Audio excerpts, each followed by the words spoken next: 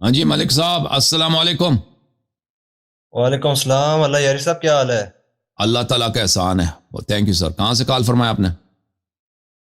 میں پاکستان سے۔ تو ایک اوکے منٹ سر میں اپنا کیمرہ ایک منٹ ٹھیک کر وہ کچھ حدیث کے حوالے سے بات کرنی تھی۔ حضرت جی ابو بکر اور حضرت عمر کے، سمپل حضرت ابو بکر کے بارے میں ہی صرف ہے۔ جی کچھ حدیث ہیں تو اس کے حوالے سے آپ سے بات کرنی تھی۔ پہلے تو جی ایک احد کے میدان میں آپ نے ایک بولا تھا نا کہ کوئی بھی ایک حدیث لاؤ جس میں حضرت ابو بکر جو ہیں وہ جنگ میں گئے انہیں پاک صلی اللہ علیہ وسلم کے ساتھ۔ یہ آواز جی آ رہی ہے؟ آ رہی بھائی۔ اچھا تو جنگ ایک، کرنے کی حدیث ہمیں دکھائیں۔ اگر ساتھ جائیں گے تو جنگ کریں گے نا اللہ یار صاحب؟ ضروری نہیں ہے، ضروری نہیں ہے بھائی جنگ کریں، ساتھ جائیں گے تو پیچھے چھپ جائیں گے نہیں تو پاک صلی اللہ علیہ وسلم کے ساتھ ہوں گے نا؟ تو جنگ دیکھیں احد میں کس نے کس کو قتل کیا، کس نے تیر مارا ہے، کس نے حملہ کیا، وہ سب لکھے ہوئے ہیں، ٹھیک ہے نا۔ صرف ادھر جنگ کو ادھر، کیونکہ ادھر وہ بھی ملتا ہے نا، غنائم بھی ملتے ہیں۔ کفار اگر جیت جائے، وہ کفار اس کو قتل نہیں کریں گے، کفار سے دوستی ہے، اس کو تو کوئی خطرہ ہی نہیں ہے ادھر جانے میں۔ خطرہ تو اس کو ہے نا جس کی کفار سے دشمنی ہے، جو کفار پہ حملہ کرتا ہے، قتل کرتا ہے، ٹھیک ہے نا۔ اگر کفار جیت جائیں تو اس کو خطرہ ہے۔ جو کفار سے جس کی دشمنی ہے ہی نہیں، کبھی مکے میں بھی تھا، وہ کفار کے حمایت میں رہتا تھا، کفار کی امان میں رہتا تھا۔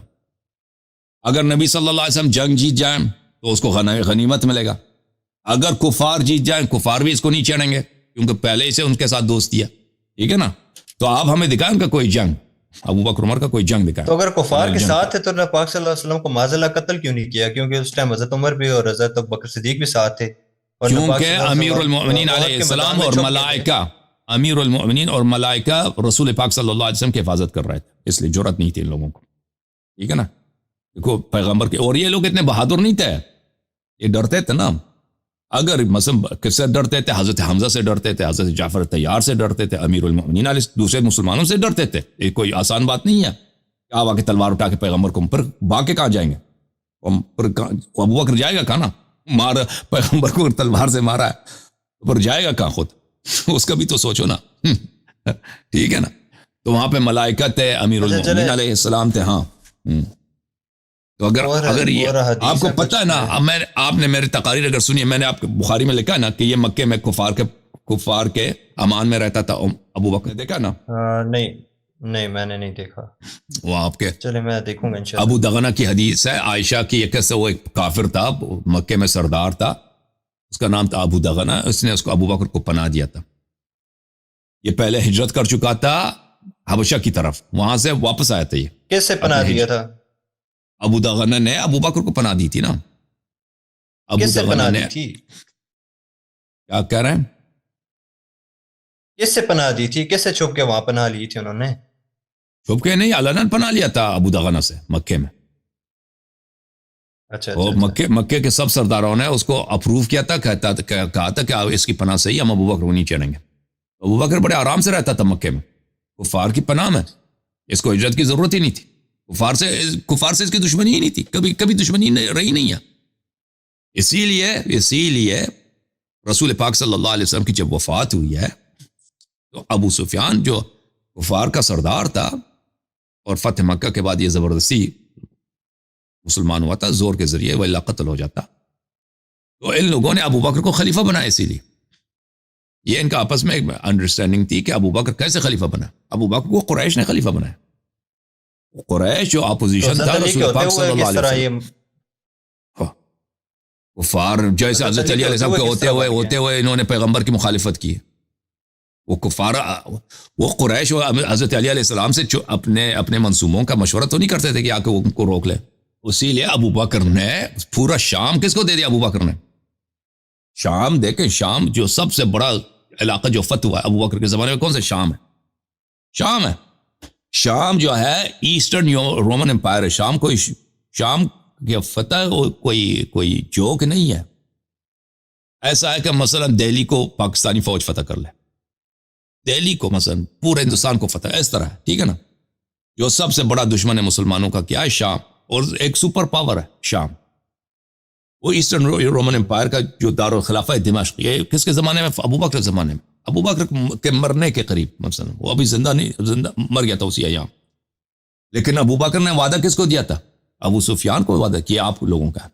اور یزید ابن ابی سفیان معاویہ کے بڑے بھائی وہ اس کے گورنر بن گئے فوراً، اتنے بڑے بڑے صحابہ کے ہوتے ہوئے. ٹھیک ہے نا. اب دیکھیں اہل بیت علیہ السلام کو چھوڑ دیں، بھائی طلحہ ہے، زبیر ہے، عبد الرحمن ابن عوف ہے، سعد ابن وقاص ہے، اتنے یہ جو پرانے مکے والے ہیں مہاجرین ہیں، ان کے ہوتے ہوئے جو وہاں پہ اسلامک ورلڈ کا جو جیول ہے، جو سب سے خوبصورت علاقہ فتح ہوا، اس کا گورنر کس کو بنایا جاتا ہے؟ طلقاء میں سے وہ لوگ جو فتح مکہ کے وقت زبردستی وہ مسلمان ہوئے. ابو سفیان کے بیٹے، ابو سفیان خود تو بن نہیں سکتا تھا. چلے تو ان کے بارے میں ہم کچھ کہہ نہیں سکتے نا کہ انہوں نے کون سے ڈیسیجن لیے ہیں، کس ٹائم لیے ہیں. وہ کیوں بنایا نا مجھے بتاؤ نا. ابو سفیان کے بیٹے کو کیوں بنایا؟ کیوں؟ اور سر میں اب کیا اس بارے میں بولوں؟ اور بھائی اب مجھے بتاؤ نا کیوں. یہ نہیں بھائی صاحب، اس سیاست میں لین دین ہوتی ہے، اس طرح نہیں ہوتا کہ اتنے لوگوں کے ہوتے ہوئے آپ رسول اللہ صلی اللہ علیہ وسلم کے دشمن کو آ کے سب سے بڑے علاقے کا، سب سے بہترین علاقے کا گورنر بنا دیں. اور بھائی یہ کیسے ہو سکتا ہے؟ وہ آپ ان پر اعتراض کر رہے ہیں نا، اب اس کا اعتراض کا جواب میں نہیں دے سکتا. اور آپ اگر تاریخ طبری میں پڑھیں کہ ابو بکر کے ساتھ بیعت کیسے ہوئی ہے، مختلف قبائل کو کس نے ابو بکر کے بیعت کے ساتھ آمادہ کیا، وہ ابو سفیان تھا. وَإِلَّا ابو بکر کی کوئی شخصیت نہیں تھی. ابو بکر ایسا شخص نہیں تھا کہ عرب اس کو پہچان لے، عرب اس کے ساتھ بیعت کر لے. ابو سفیان کو لوگ جانتے تھے.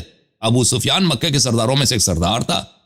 اس نے ہمیشہ مکے کی لیڈرشپ کی، اس کے ہاتھ میں تھا رسول پاک صلی اللہ علیہ وسلم کے جنگوں کے خلاف. تو اس نے ابو بکر کو خلیفہ بنا دیا. اس کے مقابلے میں اس کو شام کا انعام مل گیا. ٹھیک ہے نا، شام کا انعام مل گیا. تو یہ جو ابو بکر جو ہے، ابو بکر کا کفار کے ساتھ شروع سے دوستی تھی، آخر تک اس کی دوستی ہے، اور کبھی اس نے دشمنی نہیں کیا. اس کی کوئی دشمنی کی کوئی مثال نہیں ملتی تاریخ میں کفار مکے والوں کے ساتھ. اس نے کبھی ان کے ساتھ کچھ نہیں کیا. جب تک مکے میں تھا ان کے پناہ میں رہتا تھا. ہجرت کے بعد بھی ان سے کوئی دشمنی نہیں کیا. اور رسول پاک صلی اللہ علیہ وسلم کے وفات کے بعد انہی مکے والوں کو اس نے، جو پیغمبر صلی اللہ علیہ وسلم سے ہمیشہ لڑتے رہے، انہی کو دوبارہ اس نے تمام عہدے انہی کو دے دیا. اوکے، اور چھڑ دو نا سرکارو، یہ اور ٹاپک ہے، میں اس ٹاپک کی بات ہی نہیں کرنا چاہتا. Okay, thank you sir. میں اس موضوع پہ بات کرنا چاہتا ہوں. اوکے، میں اس موضوع پہ بات کرنا چاہتا ہوں. آپ نہیں بات کرنا چاہتے، یہ بڑا اہم نکتہ ہے. آپ کہتے ہیں نا میں ابو بکر کا جہاد ثابت کرنا چاہتا ہوں. جہاد کہاں ہے؟ اس کی کوئی دشمنی نہیں ہے کفار سے. دشمنی کہاں ہے اس کی؟ اس نے کیا دشمنی کیا؟ کوئی دشمنی دکھائے نا ابو بکر کی. یہ دانش صاحب بھائی کہاں چلے گئے؟ اسی لیے آتا ایک جھلک دکھانے کے لیے. مسٹر ولید فون کے ساتھ نہ چڑھیں، فون کو ایک جگہ رکھ دیں. السلام علیکم. السلام علیکم. وعلیکم السلام. کیا حال ہے آپ کا؟ میرا اچھا حال ہے، تھینک یو سر. الحمدللہ. میرا نام ولید ہے اور میں افغانستان سے بلونگ کرتا ہوں سر. اور کندہار سے ایکچولی. تو ہم جو تھے تو سنی فیملی میں تھے. تو وہاں پہ ہم نے کبھی بھی علی علیہ السلام اور اہل بیت کے بارے میں کبھی کچھ نہیں سنا. جب بھی سنا ہے تو ابو بکر، عمر، عثمان اور جو دیگر صحابہ تھے ان کے بارے میں زیادہ سنتے تھے. علی علیہ السلام کے بارے میں کبھی بھی زیادہ نہیں سن پایا. جب سے میں نے آپ کو سنا ہے تو ایک دن آپ کسی کو کلمہ پڑھا رہے تھے تو میں نے بھی اس کے ساتھ ریپیٹ کیا. تو میں نے کلمہ پڑھ چکا ہوں. اور آپ سے یہ کہنا تھا سر کہ کلمہ پڑھنے کے بعد کچھ دن بعد ایسا ہوا کہ میں وہ کربلا کا میدان خواب میں دیکھ رہا تھا.